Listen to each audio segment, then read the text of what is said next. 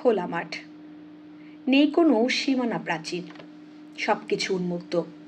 জমিদার বাড়ির দেওয়াল থেকে খসে পড়েছে ইট বালু, ভঙ্গুর দেয়াল জুড়ে লতাপাতা বেয়ে উঠছে।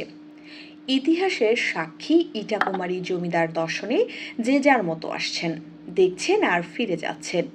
ফেরার পথে আক্ষেপ করছেন ধ্বংসাবশেষ দেখে।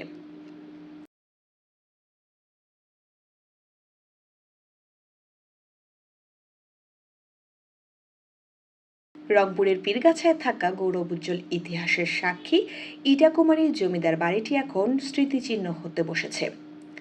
বছরের পর বছর ধরে করা হয়নি কোনো সংস্কার, অথচ এই জমিদার বাড়ি থেকেই সূচনা হয়েছিল ঐতিহাসিক প্রজা বিদ্রোহের। জমিদার শিবচন্দ্র রায় নেই, কিন্তু তার জমিদার বাড়িটি সাক্ষী হিসেবে আজও দাঁড়িয়ে আছে।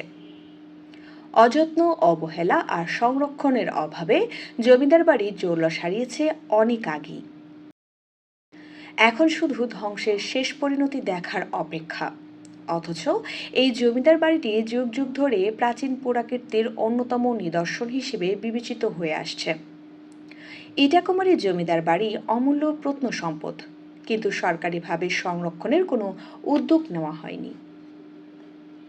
238 বছর আগে ইট সুরকি দিয়ে গড়া ইটাকুমারী জমিদার বাড়িটি এখন জরাজীর্ণ। অনেক আগেই এই বাড়ির মূল্যবান সামগ্রী বেহাত হয়েছে। স্থানীয় প্রভাবশালীরা দখলে নিয়েছে জমিজমা। বর্তমানে স্মৃতিচিহ্ন হিসেবে ধ্বংসের দ্বার প্রান্তে থাকা জমিদার বাড়ি, মন্দির ও পুকুরটি রয়েছে প্রত্নতাত্ত্বিক নিদর্শন হিসেবে।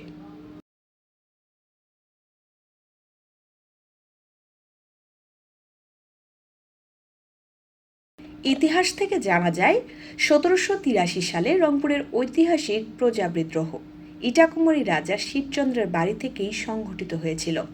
কালের সাক্ষী রাজা শিবচন্দ্র এই জমিদার বাড়ির প্রতিষ্ঠাতা। 1783 সালে ব্রিটিশ বিরোধী শিবচন্দ্র ও দেবী চৌধুরানী প্রজা বিদ্রোহের নেতৃত্ব দিয়ে দেবী সিংহাসন অত্যাচার থেকে কৃষক প্রজাদের রক্ষা করেছিলেন। ইটাকুমারী জমিদার বাড়ি ছিল তৎকালীন অবিভক্ত বাংলার দ্বিতীয় নবদ্বীপ। শিক্ষা সাংস্কৃতিক বাতিঘর হিসেবে ইটাকুমারীর খ্যাতি গোটা ভারতবর্ষে ছড়িয়ে পড়েছিল। এখানে রাজা শিবচন্দ্রের নামে স্বনামধন্য একটি কলেজও রয়েছে।